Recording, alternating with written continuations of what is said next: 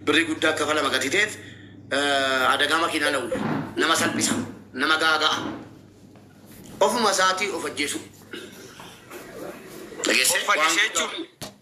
ibiddi gadi tachau latti tincitu wanti na ilma nama ratira woten benne ratira wachu malato sana ne gata jira kana me wa farso kana wantati sadarka fa jesuti galchite kuni tiktok inu da baka da bure ya da barto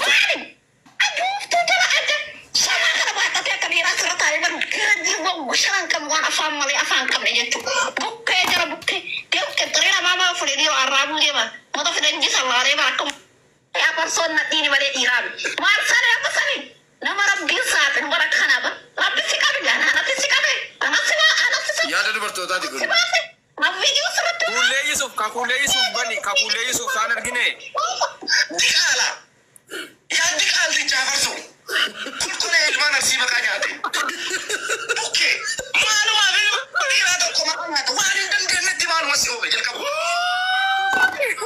نقول مو سيغاري جوده جاي ما واني دنجن دي وان سيجي وبلسو غربان نگه بتستني ما كم نغا تي بينا جوده تاب سكرين جاي سونيكي سر تاب سكرين اجبدا ودوتونيكو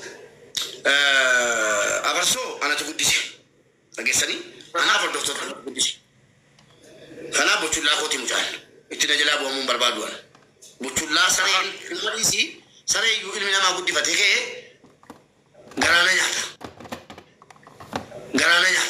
اتنا بوچولا خوتي قديش خوتي مجال ورورون قديسو نما عرفت تنتاني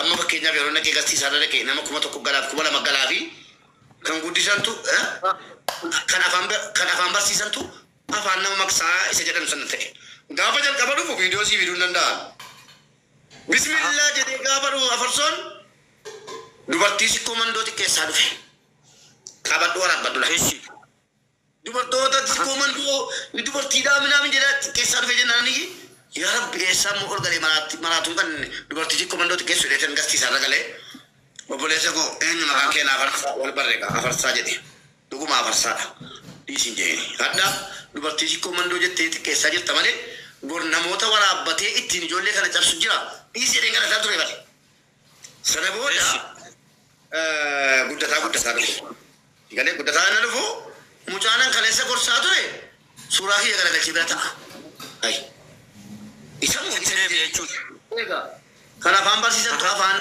nama dorgaa isa jedhan sana kaa ija koo xaragadhee isa afarso maal jennaan مالو هذا كيف مالو أبا كيف متعلقة bisa bakket guddaa ta'e adaban qabu. Subhanallah atumaan fi geerraa dabee booda baate amma namni na tuqee milkaa'e isa amma Naziir Nuuraa Naziir haadha Nuuraa jennaan jira tokko.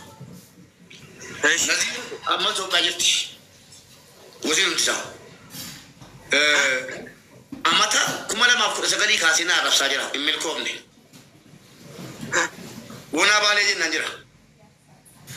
Jeta kuna arrabsuu jennaa riyaakotiin jeta kuna arrabsaa jira hin milkoomne. Namni jedhamu hin milkaa'u namni na arrabsee milkaa'e gurbaa sana qofa milkaa'u jechuun immoo viyuu baay'ifate amma waa'ee kootii dhiisee jennaan manni irratti qorriteetti dirqama inni mana ufachuudhaan waa'ee kootii haasa'u qaba. Dhageesse. Kanaafi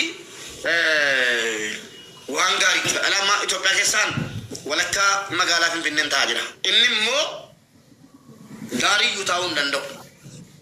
Hin geggeeffama. Maaliif mucaa wanjalanyaadha.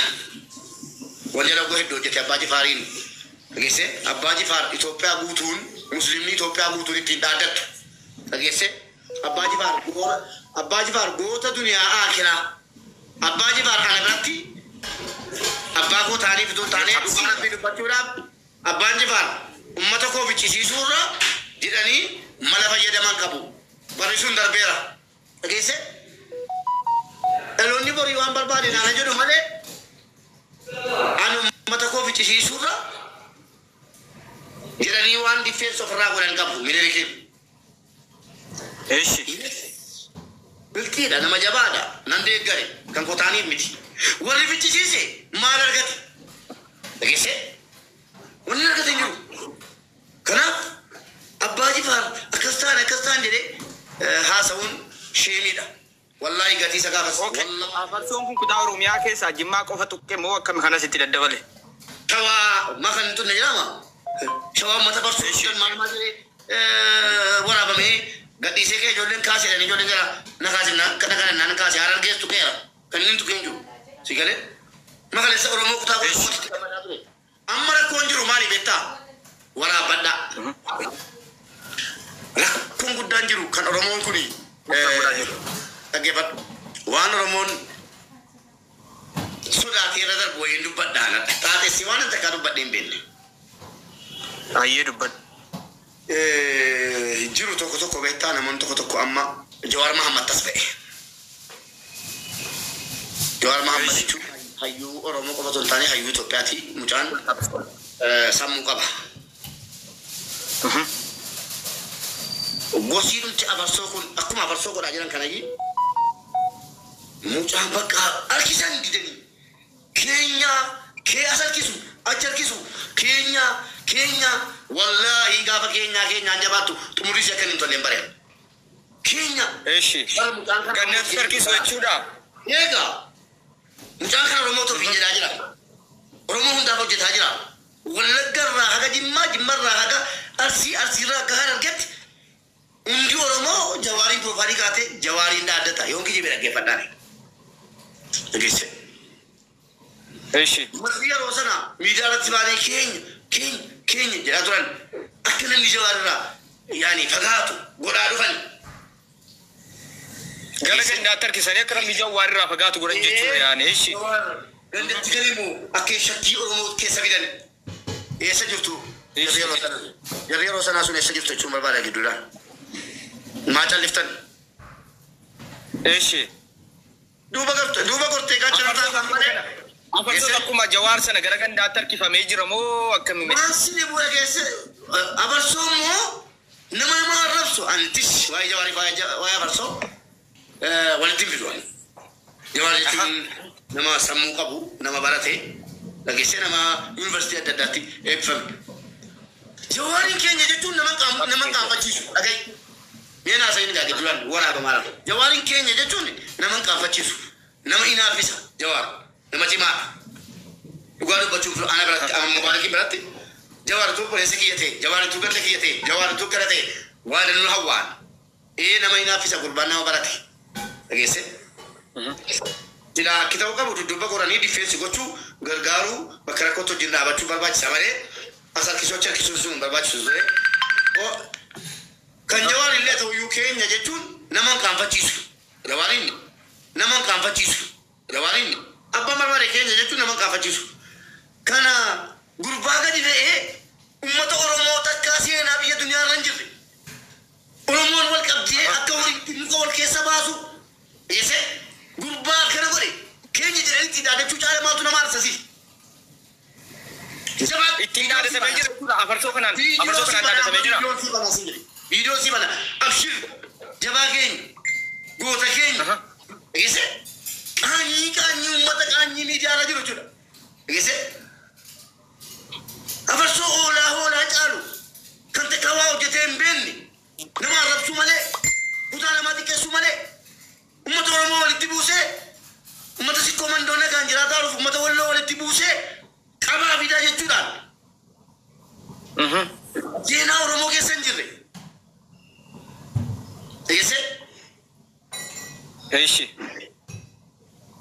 Hudduu keessa muka wal baasuu kan fide mucaa furrii kana kan silaa waraananii ajjeesanii seenaa hojjechuu qaban dhaloonni ammaa seenaa durii balleessuuf deemaa jira. Gandin ni narrabsine hin jiru itti gaafatamaan warra jala deemee shubbisaa jiru kana jaallattan jibbitan. Kan argate keessee eeyyee. Akka gandaatti afarsoon akka gandaatti jabeeffamaa jira jechuudha. Egaa keenya kunoo dhaggeeffadhu viidiyoo kana boo soboo ilaasaa seetamu ilaali. Danfanii gadi baanii jabaa keenya nu jabeeffata jala oolaan kunoo qoy. A'uuzu billaahi mina shaytaan. Hundi keessan koppiliin godhaa koppiliin kireedii damii sadii. Hundi keessan koppiliin godhaa. Mee koppiliin godhaa hundi keessan yeroo tokko. Koppiliin godhaa hundi keessan. Kotiin kira harka keessan kaa. Cabsitaa isa wajjin immoo nurra duuluu deemta. Bari isa waamaa jettee ijoolleen isa waamaa mukaafammaan waama gammannee irraa jette. Afarsoo yoo cabee afarsoo miidiyaa kanarraa yoo cabee bar bakka kan gaafa duraan natti erge jira jechuudha amma. Amma reefan banaanaan kan gaafa duras ana akka na rabsu nan cabe ba amma na cabsitanii dudduun yoo malqiyaamaa na cabsitan idaanuu kan natti erge iyyuu jaraadha ka jedhuun amma naa galaasi. Afarsootti Ishi. ilaali mataa haqa jira.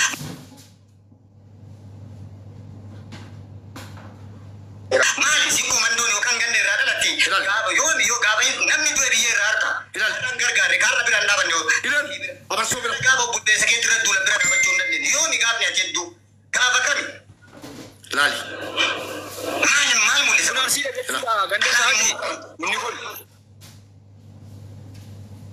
mataa waliin himnaa jechuun mataan eebii ganamaa galgala akka waa kaafaniitti deemnee akaafne baga baase wallahi baga baase baga baase ani isiniin baasa akkam jettan meesheer godhaati nama fida yoo ani isiniin baasa fiigee makanarraa yoo anna amma rabbii jedhi kun atleetii baay'ee fiigee geesse